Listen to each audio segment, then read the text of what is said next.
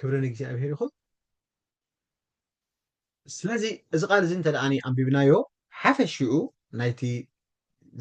ናይቲ ዘሸምደድናዮ ዘዘቕንዕናዮ ጥቕሱ ንሱ ማእከሉ ናይዚ ኩሉ ክንበብ ዝፀንሐ ወንጌል እዩ ስለዚ ምእንቲ ክትፍወሱ ንሓድሕድኩም ሓጢኣትኩም ተኣመኑ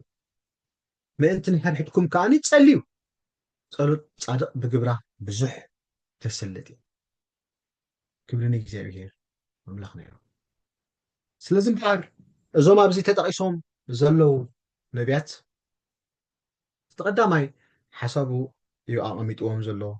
ያዕቆብ ከምዚ ድማ ኢልዎም ኣሎ ካብቶም ኣሕዋተየ ነቶም ብስም እግዚኣብሔር ተዛረቡ ነቢያት ኣርኣያ ሓሰር መከራ ትዕግስቲ ግበርዎም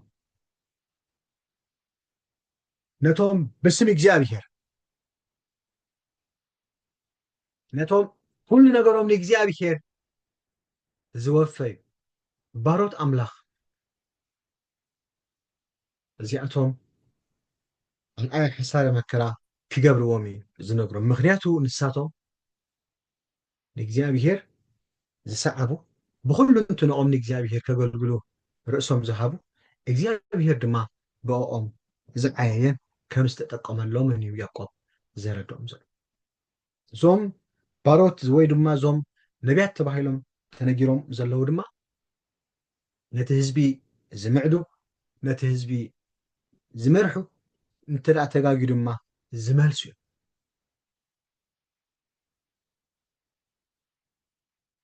ስለዚ እዞም ነቢያት እዚኣቶም በቶም ነገስታት ብዙሕ ሓሳረ መከራት ስለ ዝረኸቡ ብዙሕ ውርደት ብዙሕ ስደት ስለ ዝመፅኦም እቲ ቀንዲ ናይቲ ምንጪ ካልእ ኩሉ ናይቲ ምንጪ ዝገጠሞም ፈተና ድማ ንእግዚኣብሔር ጥራሕ ምግልጋሎም ስለ ዝነበረ ያዕቆብ ነዞም ኣሕዋት እዚኦም ዓሰር ናይዞም ነቢያት እዚኣቶም ክርእዩ ነቲ ሶም ዝሓለፍዎ ትዕግስቲ ክምልከትዎ እሞ ንሶም ከዓ ንርእሶም ክመሃሩ ይምሕፀኖም ኣሎ እግዚኣብሔር ይመስገን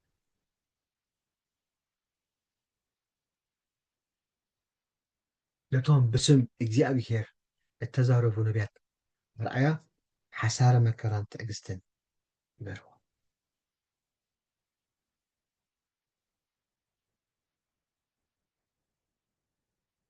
ስለዚ ድማ እቶም ነቶም እተዓገሱ ብፁዓን እዮም ንብሎም ኣለና ኢሉ ስለዚ ብሩኻት እዮም ብፁዕ ማለት ከምዚ ተፃሒፉ ትርእይዎ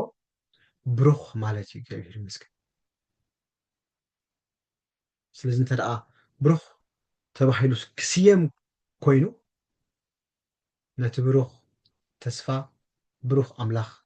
ዝሓዘ ዝወነነ ክኸውን ክኽእል ኣለዎ ካብዚ ወፃኢ ግን ነቲ ብሩኽ እግዚኣብሔር ዝሓድግ ወይ ድማ ምስኡ ዘይለግብ ብሩኽ ክበሃል ወይ ብሩኽ ክኸውን ዝከኣል ኣይኮን ስለዚ ኣብዛ ፍቅዲ 11 እዚኣ እንተደኣ ተመልኪትና እንሆ ነቶም እተዓገሱ ብፁዓን እዮም ንብሎም ኣለና ብዛዕባ ትዕግስቲ ኢዮብ ሰሚዕኩም ኣለኹ ብምባል ኣብዚኣ ኢዮብ ብጀካ ብዛ ምዕራፍ እዚኣ ከምኡ እውን ኣብ ቆሮንጦስ ንመጀመርታ ኣብዚኣ ስሙ ክስየም ኢና ንሪኦ ስለዚ ኣብነት ትዕግስቲ ገይሩ ንኢዮብ ይጠቕሰሎም ኣሎ እግዚኣብሔር ከዓ ብዙሕ ለውሃትን ዝመልአን ድንጋፅን እሞ ነቲ እግዚኣብሔር ዝገበረሉ መወዳእትኡ ርኢኹምዎ ኣለኹም እቲ እግዚኣብሔር ኣብ ኢዮብ ዝገበሮ መወዳእታ ተገንዚብኩሞ ኣለኹም ስለዚ ትዕግስቲ ክገብሩ ነቶም ዝዕገሱ ድማ ብፁዓት ክበሃሉ ምዃኖም እዚ ድማ ብሩኻት እዮም ኢሉ ይነግሮም ኣሎ ያዕቆብ እግዚአብሔር ይመስገን ስለዚ እምበኣር ኢዮብ ኣብዚ ያዕቆብ ከም ሓደ መምህር ናይ ትዕግስቲ ገይሩ ኣቐሚጥዎ ኣሎ ሒሳቡ ምስ ሓሳብ ኣምላኽ ዕላምኡ ምስ ዕላማ እግዚኣብሔር ሓደ ስለ ዝነበረ ነቲ ኩሉ ዝተኣልመ ነቲ ኩሉ ንዕኡ ንምውዳእ ዝተሰርሐ ስራሕ ድማ ስለ ዘፍረሶ እምበር ከም ሰብ ኢዮብ በቲ ናቱ ኩነት ክሓልፍ እንከሎ ብድላም ዘይኮነስ ብቤት እውን ብዙሕ ተፀራርሐ ሰብ ተላዒልዎ እዩ በቲ ኣካለ እዩ ዝብላ ሰበይቱ እኳ ከይተረፈት ተፈቲኑ እዩ ብራረ ኢዮብ ንእግዚኣብሔር ስለ ዝተኣመኖ በቲ ኩሉ ዝሓለፎ ጎደና ንእግዚኣብሔር ርእሱ ዝሃበ ንኣምላኽ ዝተወፈየ ብትዕግስቲ ዝነብር ኣቦ ስለ ዝነበረ ምስ እግዚኣብሔር ኮይኑ ክስዕር ኢና ንሪኦ ኣብቲ ዝሓለፎ ኩነት ስለዚ ድማ ያዕቆብ ከምኡ ይብሎም ኣሎ ብዛዕባ ትዕግስቲ ኢዮብ ሰሚዕኩም ኣለኹም እግዚኣብሔር ከዓ ብዙሕ ለውሃት ዝመልአን ድንጋፀን እሞ ነቲ እግዚኣብሔር ዝገበረሉ መወዳእትኡ ርኢኹምዎ ኣለኹም ኢሉ እግዚኣብሔር ይመስገን ስለዚ ኢዮብ ንኣምላኽ ዝፈርህ እሙን ኣገልጋሊ ኮይኑ ስለ ዝተረኽበ እግዚኣብሔር ከዓ ንምእማኑ ክሳዕ መወዳእታ ከፅናዓሉ እንከሎ መወዳእታ ድማ ብሩኽ ክብሎ ኢና ንግንዘብ ክብሪ ንእግዚኣብሔር ስለዚ ኢዮብ መምህር ናይ ትዕግስትን ሎሚ ካብ ሂወት ናይ ኢዮብ ብዙሕ ኢና ንመሃር ኣብዚ ከድናዮ ኩሉ ኣጋጣሚ ንኢዮብ ከም ኣብነት ነልዕሎ ኢና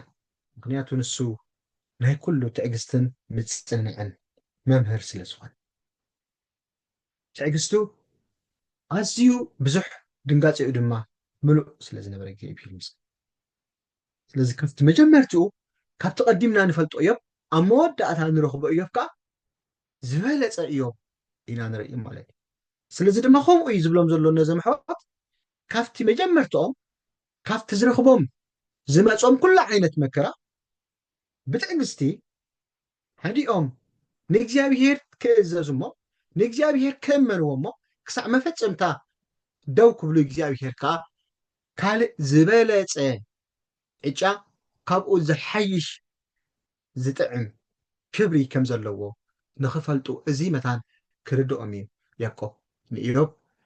ከም ኣብነት ኣልዒሉ ዝነግሮም ኣብዚ ሓሳብ እዚ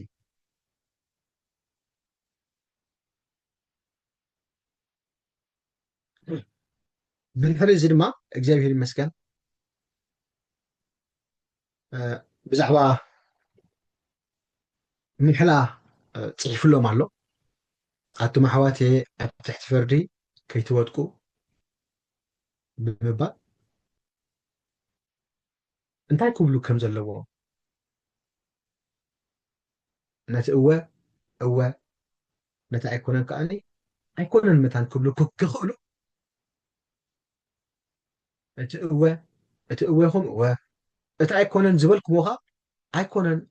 ይኹን እምበር ቅድሚ ኩሉ ብሰማይ ወይ ብምድሪ ወይ ብካልእ ማሕላ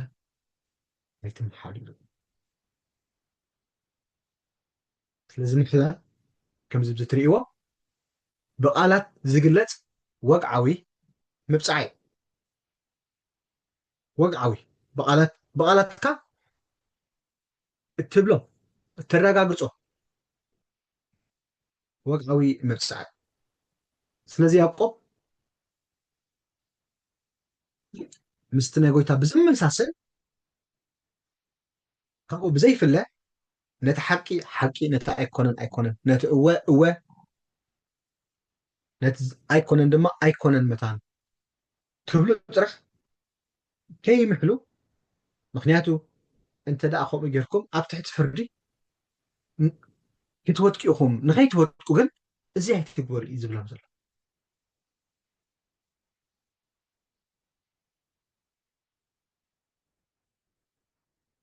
ስለዚ ምሕላም ኩሉ ግዜ ክትብሎ ወይ ድማ ክትገብሮ ዘይብልካ እንተኮይኑ ድማ ከምታ ጎይታን ያዕቆብን ዝገልፅዋ ዘለው ከምኣ ጌርካ መታን ክትዛረብ ክትክእል ግን ያዕቆብ ምዒድል ሎሚ ነፍሲ ወከፍና በብዙሕ ኣጋጣሚ ንምሕል ኢና ገሌና በቦና ንምሕል ገሌና በብሓጎና ንምሕል ገሌና ብዙሕ ነገር ببዙሕ ነገር ንምሕል ኢና እንታይ ኢና ንምሕል ክንገልፆ ኢና መሕላ ማለት ግን ከምዚ ቅድም ኣቢልና ዝበልናዮ ብቓላትካ ዝግለፅ ናይ ወግዓዊ ምርጫ እዩ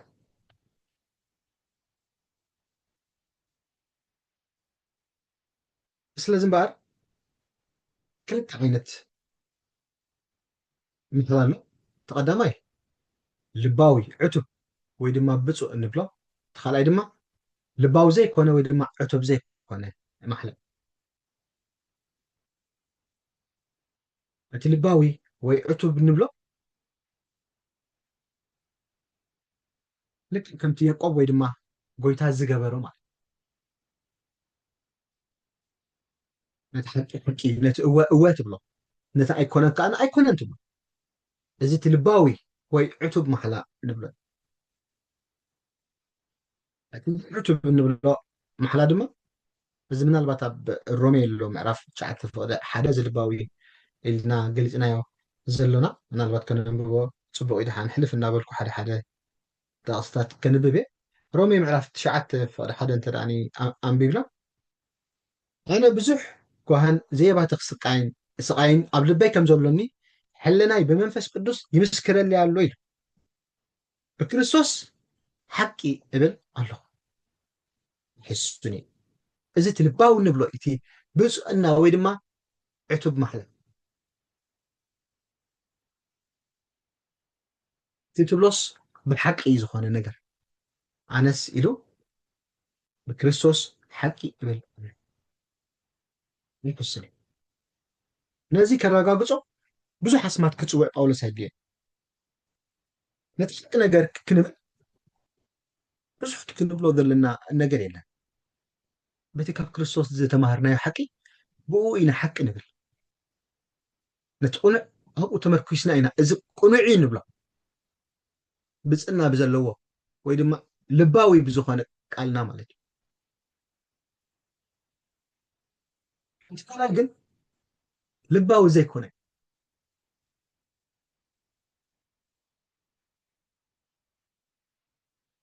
ስለዚ የሱስ ክርስቶስ ይኹን ያዕቆብ ዝኽንንዎ ዘለዉ ማሕላ ነዚ ብከምዚ ዓይነቱ ምርዳእ ዝግበር ማሕላ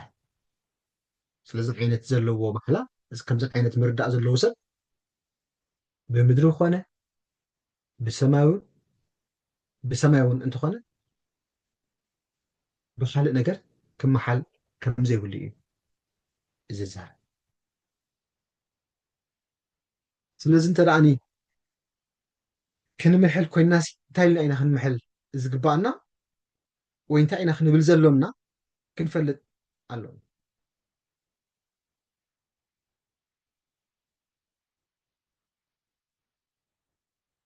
ምክንያቱ ከምኡ ኢሉ ሎ ቅድሚ ኩሉ ብሰማይ ወይስ ብምድሪ ወይስ ብካልእ ማሕላ ኣይትማል እወ ነቲ እወ እወ ይንብሎ ነቲ ኣይኮነን ከዓኒ ኣይኮነን ኣብዚኣ ደው እንተዳ ኢልና እዛ ቃልና እዚኣ ልባዊት ቃል እያ ትብል እዩ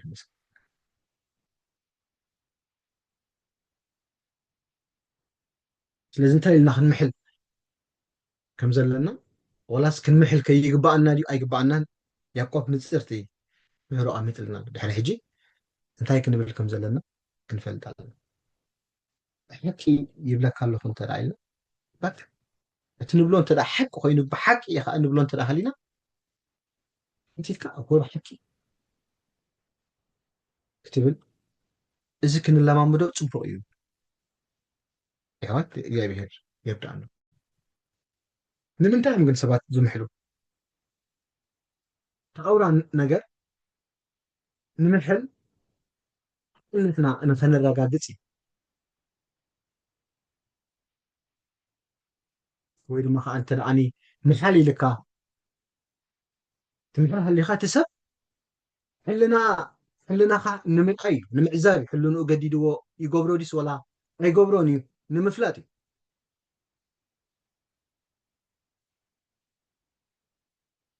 ስለዚ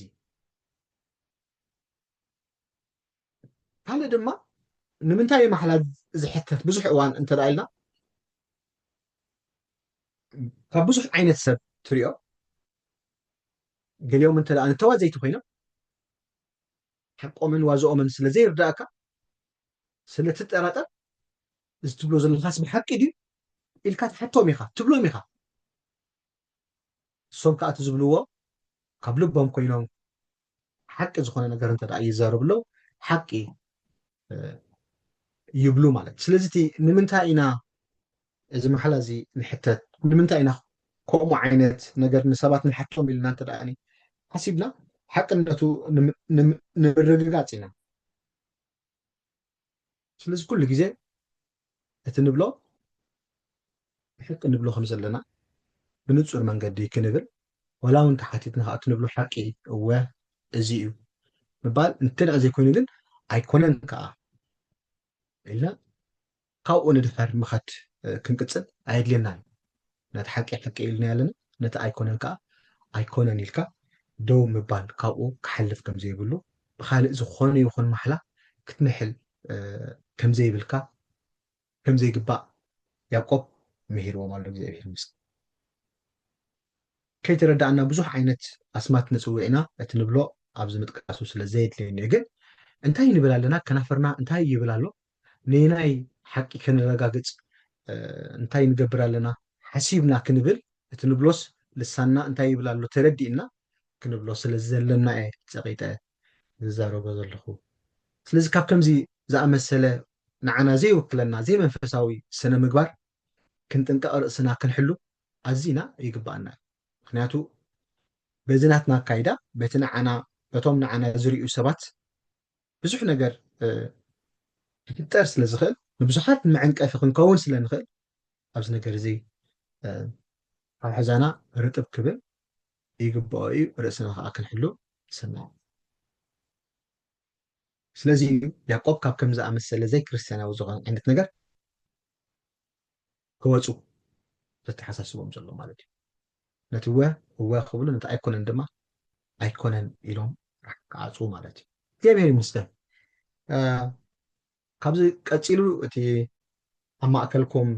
ብምባል ዝሓመመ ኣሎ ዶ ወይ ድማ ሓሳረ መከራ ዝፀገበ ኣሎ ዶ እናበለ እንታይ ክንገብር ከም ዝግብኦ ነጊርዎም ኣሎ እግዚኣብሔር ይመስገን ስለዚ እቲ ብሓሳረ መከራ ዝፀግብ ኣሎ እንተ ደኣ ኢሉ ሲ ይፀሊ ኢሉ እግዚኣብሔር ይመስገን ስለዚ ሰብ ኣብ ፀበባ ይሃሉ ኣብ ዝተፈላለየ ኩነት ሂወት ክህሉ ይኽእል ይኸውን ጸሎት ግን ናይ ኩሉ ግዜ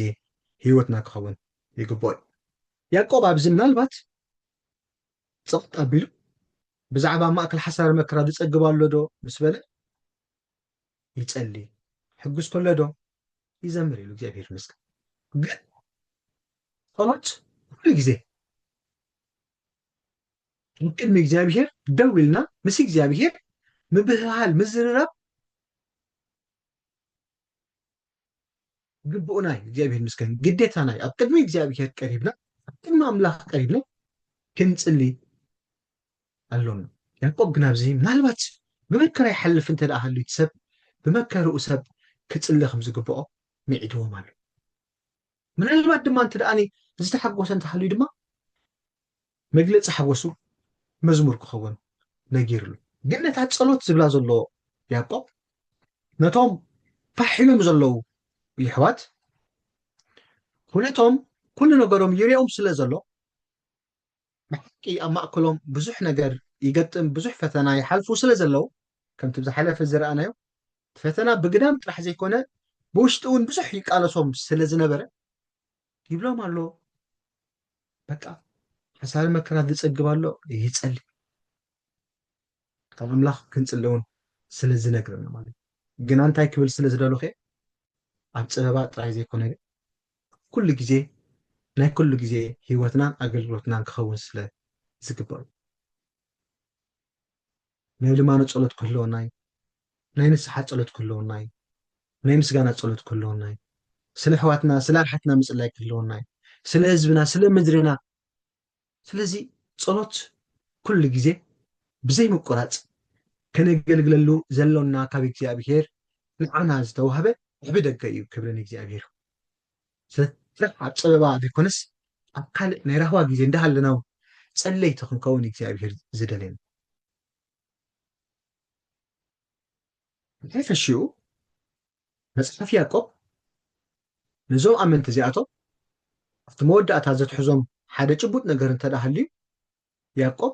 ጸሎት ክጽልዩ ከም ዘለዎም እዩ ዝነግሮም ዘሎ እግዚኣብሔር ይመስገን ጎይታሲ ንደቂ መዛሙርቱ እንታይ ኢልዎ ኩሉ ግዜ ጸልዩ ኢሉ ኣብ ፈተና ምእንቲ ከይትኣትዉ ከዓ ንቑሑን ጸልዩ ብርግጽ ኩሉ ግዜ ክንጽልይ ነጊሩና እዩ ምናልባት ኣብ ፈተና ንዘሎ ኣብ መከራ ንዘሎ ብዙሕ ኩነተ ህይወት ንዝሓልፍ ያዕቆብ ይጸልይ እቲ መፍትሕሲ ኣብ እግዚኣብሔር እዩ ዘሎ ጥራሕ ንምባል እዩ ዝጠቕሰሎም እምበር ጸሎት ናይ ኩሉ ግዜ ኣገልግሎቶም ናይ ኩሉ ግዜ ህይወቶም ዝኸውን እዩ እዚ ቃል ዝወሃቦ ንሕና እውን ብርግጽ ሎሚ ድማ ብብዙሕ ነገር ክንሓልፍ ንኽእል ኢና ብርግጽ ንሓልፍ ኣለና ክንጽልይ ይግባአና ግን ህይወትና ብጸሎት ዝተመልአ ድማ ክኸውን ይደሊ እግዚኣብሔር ይመስገን ጸሎት ድማ ምስ እግዚኣብሔር ምዝርራብ ኩሎም ኣገልገልቲ እግዚኣብሔር ምስ እግዚኣብሔር እናጸለዩ እዮም ሓሊፎም ሽዑ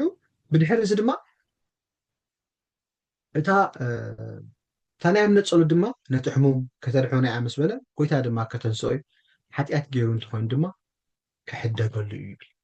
ስለዚ ኩሉ ግዜ ኣብ ቅድሚ እግዚኣብሔር ክቐርብ ከም ዝግብኦ ጸሎትና ኣብ ቅድሚ እግዚኣብሔር ክበጽሕ እግዚኣብሔር ክሰምዖ ድማ ኣምላኽ ብፍርሃት ብቅድስና ክንቀርብ ከድልየና እዩ ነገር ግን ሓደ ሓደ ግዜ እንተ ደኣ መልሲ ጸሎትና ደንጊዩ እንታይ ኢሉና ከዓኒ ክንሓስብ ጽቡቕ ምናልባት ግን ካብቲ መልሲ ጸሎትና ከደናግቢ ይኽእል ኢሉና ጠቂሰዮ ዘሎ ምናልባት ሓጢኣትና ክኸውን ይኽእል እዚ ድማ ሓቂ ክንንሳሕ ብሓቂ ተመሊስና ክንጽሊ ከም ዝግባአና ዝድርኽ እዩ እቲ ካልኣይ ድማ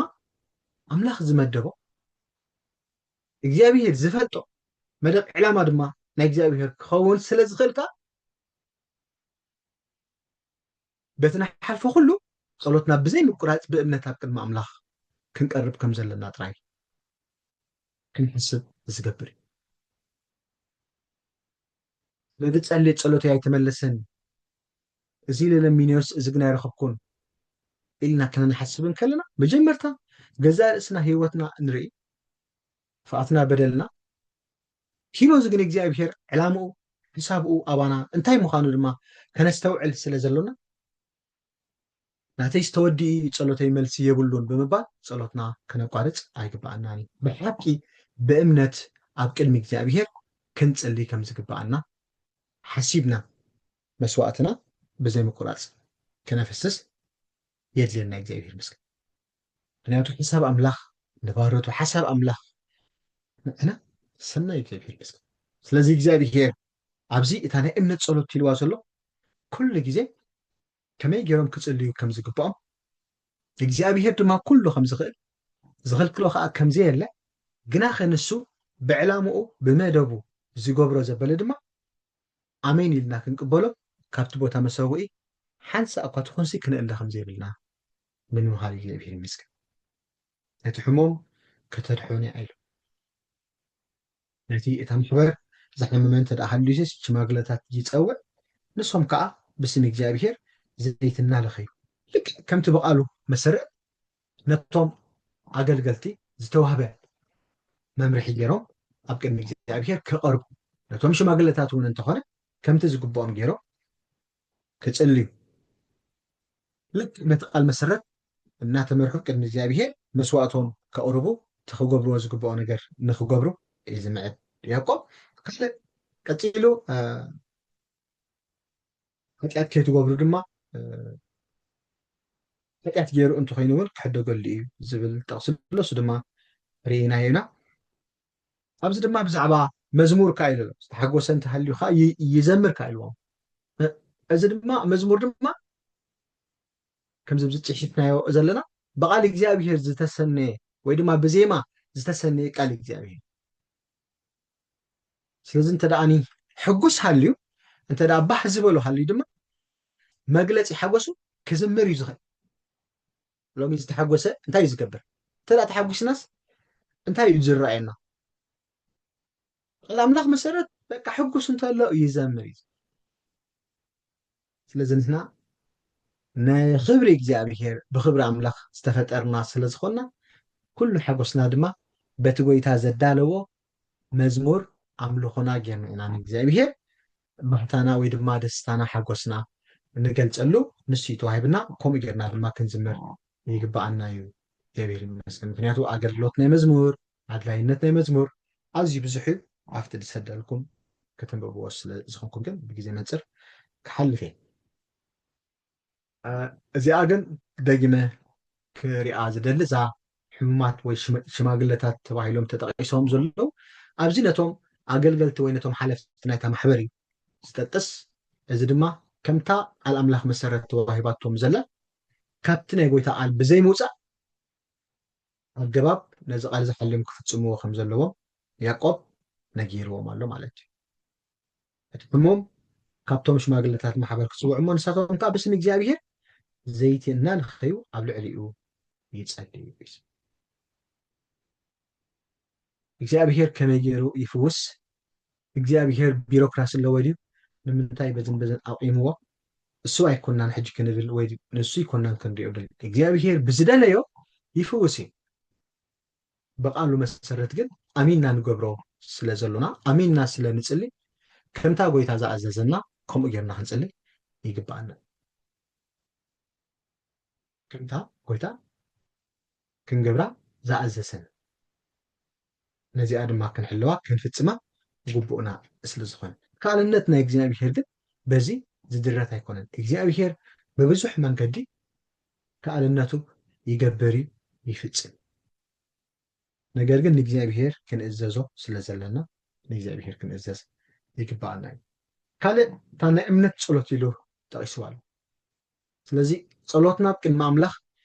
ብህግ ፀሎት እግዚኣብሔር ንፀሎትና ክቕበሎ ክንኣምኖ ይደሊ ናይ እምነት ፀሎት ክንፅሊ ይደልየና ክንፅሊ ከለናሲ እግዚኣብሔር ፈዋሲ እንተልናስ ክፍውስ እንተ ደኣ እግዚኣብሔር ንፅሊ ሃሊናስ እግዚኣብሔር ሲ ፈዋሲ ምዃኑ ውሽጥና ከኣምን ክኽእል ኣለዎ ኣሚንና ኢና ንፅሊ ንእግዚኣብሔር ኣሚንና ኣብ ቅድሚኡ ክንፅሊ ዝግባአና ስለዚ እታ ናይ እምነት ፀሎት ዝብላ ናይ ብሕቂ ኣሚኖም ፅልዩ ነቶም ሽማግለታት ዘጠንቅቆም ወይ ዝምዕዶም ዘሎ ምክንያቱ ነቲ ሕሙም ከተድሕኑ እያ ጎይታ እውን ከተንስኦ ሓጢኣት ገይሩ እንተኮይኑ ከዓ ክሕደገሉ እዩ እዚኣ እታ ናይ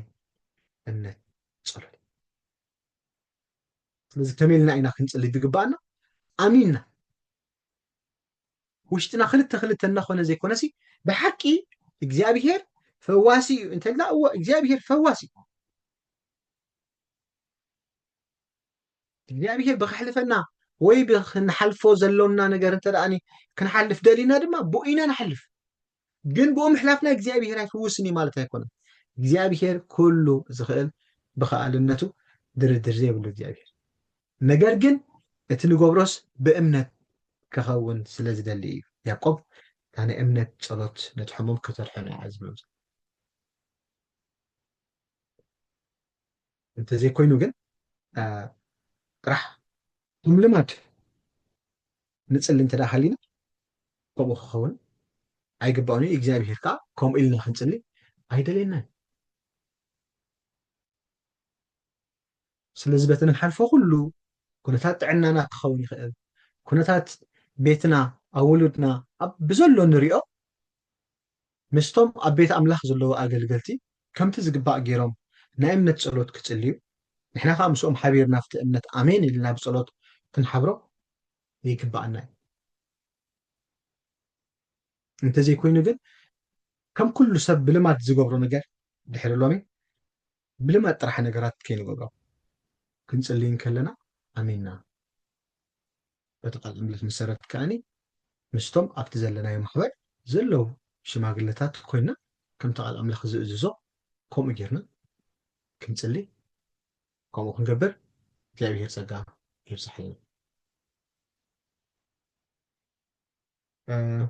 ምናልባት ግዜ እንዳኸደ እዩ። ኣብዚ ካልእ ከም ኣብነት ጠቂስዎም ኣሎ ካብ ፍቅዲ 16 እምበኣርስ ምእንቲ ክትፍወሱ ንሓድሕድኩም ሓጢኣትኩም ተኣመኑ ምእንቲ ንሓድሕድኩምን ጸልዩ ጸሎት ጻድቕ ብግብራ ብዙሕ ተስልጥ እያ ኢሉ ኣሎ። ቀዲምና ክንትንክፎ ጸኒሕና ኣለና። ኣሚንካ ንሓድሕድካ ብዘይምትሕብባር ሓጢኣትካ ተኣሚንካ ብኡ ድማ ክትጽሊ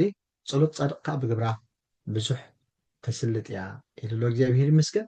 ጸሎት ጻድቕ ብግብራ ብዙሕ ተስልጥ እያ። ሽዑ ኤልያስ ተቂስዎ ኣሎ። እግዚኣብሔር ይመስገን ዝናብ ከም ዘዝነበ ዝናብ ከዓ ከም ዝኸልከለ ስለዚ እቶም ኣሕዋትና ካባኻትኩም ካብ ሓቂ እንተዘንበለ ሓደ ከዓ እንተተመልሰ እቲ ንሓጢእ ካብ መንገዲ ገይግኡ ዝመልሶስ ንነፍሱ ካብ ሞት ከም ዘድሕን ብዝሒ ሓጢኣቱን ከም ዝኸድን ይፍለጥ ኢልዎ። እግዚኣብሔር ይመስገን።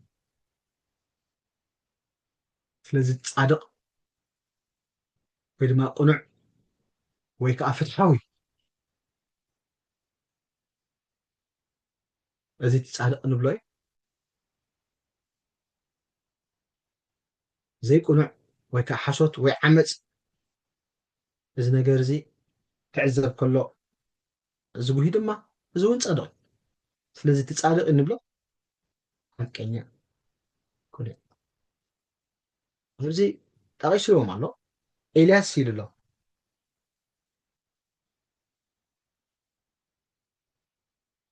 እንታይ ክብሎም ስለ ዝደለየ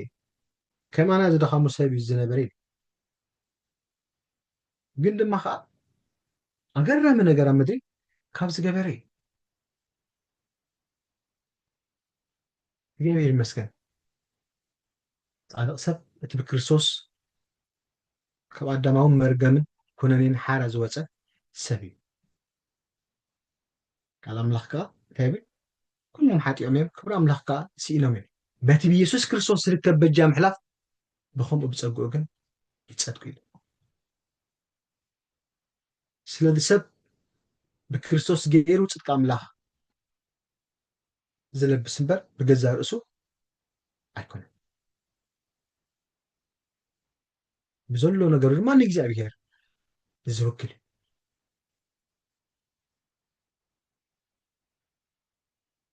ኩሉ ግዜ ድማ እቲ ጻድቕ እንብሎ ናቱ መምዘኒት ናቱ መዕየሪ ኣብ ሂወቱ ፍረ መንፈስ ቅዱስ ዘለዎ ናይ መንፈስ ቅዱስ ክፈሪ ዝኽእል እምበኣር እዞም ናይ ኣምላኽ ሰባት ኣብዚ ንኤልያስ ካብቶም ኣብቲ ግዜ እቲ ዝነበሩ ንእግዚኣብሔር ዘገልገልዎ ናብቲ ዝተፈጥሩሉ ዝተመልሱ እዩ። ካብ ኩሉ ሰብሲ ከማና ድኻም ዝነበረ ኢሉ ግና ኸቲ ብእምነት ኣብ ቅድሚ ኣምላኽ ብፀሎት ምቕራቡ ሰማያት ዝኣክል ክኸፍትን ክዓፅን ተራእዩ። ስለዚ እንተደኣ ናይ ብሓቂ ተመልኪትናዮ እቲ ፀሎት ጻድቕ ብግብራ ብዙሕ ተስልጥ እያ ዝብሎ ዘሎ ሓደ ኤልያስ